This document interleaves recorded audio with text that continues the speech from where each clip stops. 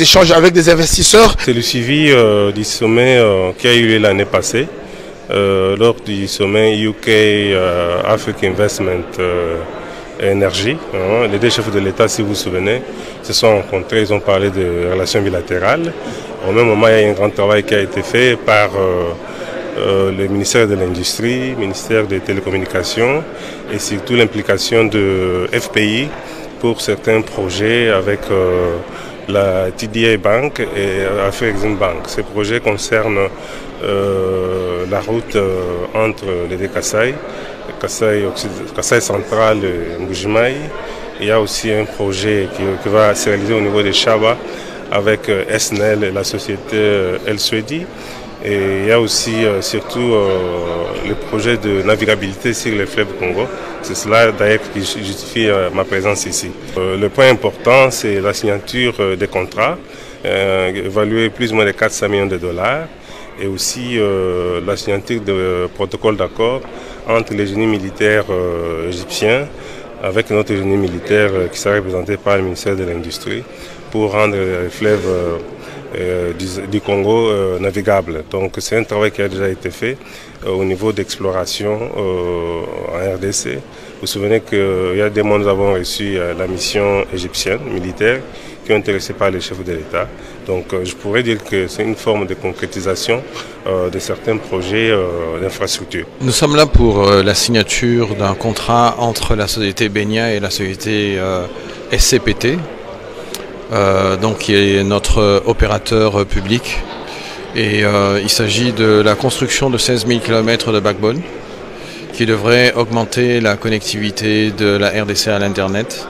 Nous avons pour le moment à peu près 16 millions d'abonnés. On voudrait en fait que cela passe à près de 70 millions d'abonnés. Il y a eu des discussions entre la SCPT et la société Benia. C'est un projet qui a été initié par le ministre des PTT. Et nous, comme autorité de régulation, nous venons voir de quelle manière ces discussions se déroulent. Et c'est un sujet très important pour nous parce que c'est une dorsale qui va être significative pour le développement du numérique. C'est ce que j'ai dit tout à l'heure, c'est aujourd'hui nous avons 16% d'abonnés qui sont connectés à l'Internet et on voudrait que cela passe à 70%. Je voudrais d'entrée de jeu remercier et féliciter le président de la République, le chef de l'État, son Excellence Félix Antoine Tshisekedi Tshilombo, pour avoir mis en place, n'est-ce pas, un vaste programme soutenu par le FPI, les fonds de promotion de l'industrie, un service public de l'État congolais. Et ici, je voudrais aussi profiter de l'occasion pour féliciter le FPI qui n'a pas hésité, n'est-ce pas, au nom du patriotisme, de pouvoir accompagner les chefs de l'État dans ces vastes programmes. Ce programme qui reprend un panorama de projets, lequel projet nous aide à établir la connectivité de la grande province du Kasaï à la province de Congo central par la ville-province de Kinshasa. Ce grand programme, n'est-ce pas, reprend, comme je l'ai dit là, dans son panorama, des projets liés aux infrastructures routières, des infrastructures fluviales, des infrastructures énergétiques et aussi du photovoltaïque, en passant aussi par les infrastructures portuaires. Et dans le tout prochain jour, ce programme qui était, n'est-ce pas, dans le rêve, va se matérialiser parce que d'ici là, nous allons procéder à des signatures de contrats, lesquels contrats vont voir ces différents travaux être lancés. Alors, ça vient pour lutter contre la pauvreté dans la province du Kasaï et aussi réduire les inégalités sociales. Ça veut dire que ce sont des provinces qui depuis un temps étaient dans les oubliettes de l'histoire par rapport à tous les régimes qui se sont succédés, qui étaient placés véritablement dans le placard de mortuaire, n'est-ce pas, et que le président voudrait ressusciter. Mais il n'y a pas seulement le Grand Kasaï, il y a également dans les jours à venir des programmes qui vont concerner le Grand Équateur, la grande province orientale et aussi la grande province du Bandundu. Donc, ça rentre dans le cadre du programme du chef de l'État et dans le cadre du projet, qui est le projet ambitieux qu'a le chef de l'État, n'est-ce pas, qui voudrait voir la RDC prendre de l'envol vers le développement. Et c'est ce qui explique la présence de cette grande délégation de la RDC ici en Égypte. Et déjà de demain, les signatures des contrats vont s'exécuter. Il y a des projets qui vont commencer et qui ne prendront que 6 mois, comme le photovoltaïque. Il y a des projets qui vont prendre une année comme le port de Ndomba qui sera bien entendu construit. Mais il y a également le tronçon de la route nationale numéro 1 allant de Kananga à Mbujimayi, long de 185 km qui pourra aller jusqu'à la fin du mandat. Donc ce sont des grands travaux. Il faut attendre que ces travaux s'exécutent dans les normes requises. Donc par rapport à la durée, les durées sont séquencées par rapport aux envergures de travaux. Nous sommes ici au Caire aujourd'hui pour couronner le travail qui a commencé depuis janvier 2020. Donc ce n'est pas aujourd'hui, c'est la conclusion de ce qui a été fait. Et qu'est-ce que nous faisons aujourd'hui? Je peux dire en 2 mots, sous l'impulsion visionnaire du chef de l'État, nous allons dans la coopération sud-sud pouvoir boucler solennellement demain une série de projets. Et c'est pour moi l'occasion de féliciter FPI. Les projets que FPI a initiés dans une approche holistique relevant donc de l'objet social de FPI, nous avons pu faire un montage financier qui a permis de lever exactement 411 millions de dollars pour pouvoir, je dirais, développer une des zones de territoire national de la République. La République, si je la découpe en 7 zones, 7.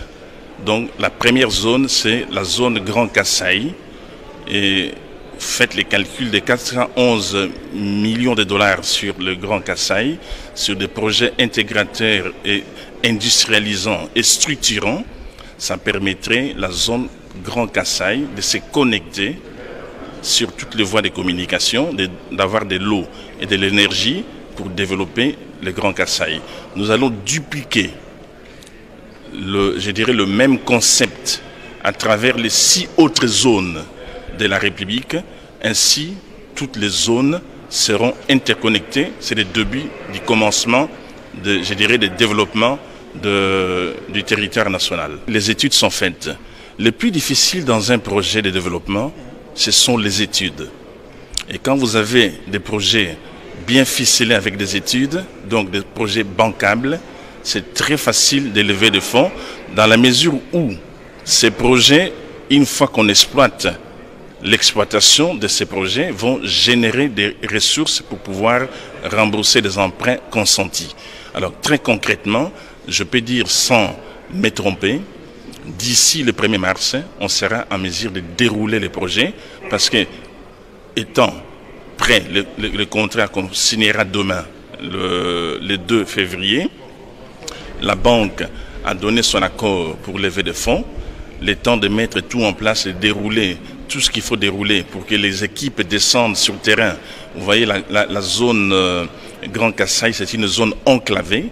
Le temps de descendre tout ce qu'il faut, je pourrais dire le 1er mars, nous serions en mesure de voir concrètement les travaux se dérouler. Par exemple, un projet phare, parmi les 4, nous avons la liaison entre Mbujimayi et Kananga, ce qui fait 185 km sur une route asphaltée à péage. Donc la route elle-même va générer des recettes pour pouvoir, je dirais, rembourser l'emprunt. Bon, le projet va aboutir dans le sens que nous avons travaillé durant une année pour faire des projets bancables et les banques ont accepté parce qu'elles ont vu que ces projets sont des projets viables, économiquement viables. Donc il y a un impact sur le plan économique. Les opérateurs économiques entre les 2 villes vont se communiquer. Il y a les ports également qui permettra de relier les Grands Kasaï et Kinshasa. Donc l'évacuation des marchandises, des produits manufacturés qui viendront de Kinshasa peuvent inonder les marchés du Grand Kasaï au même prix pratiquement que Kinshasa. Donc tout le monde est gagnant. Il y aura de l'eau potable, il y aura de l'énergie 10 MW qui seront produits. Ceci dit, il est possible, dans très peu de temps, que les gens vivent dans de meilleures conditions dans l'espace Grand Kasaï autant que dans la ville-province de Kinshasa. Je dis merci à Coco Molicho et David et Kabane qui sont derrière des caméras. Tous deux sont sous l'œil vigilant d'Abraham Lwakabanga pour la presse présidentielle.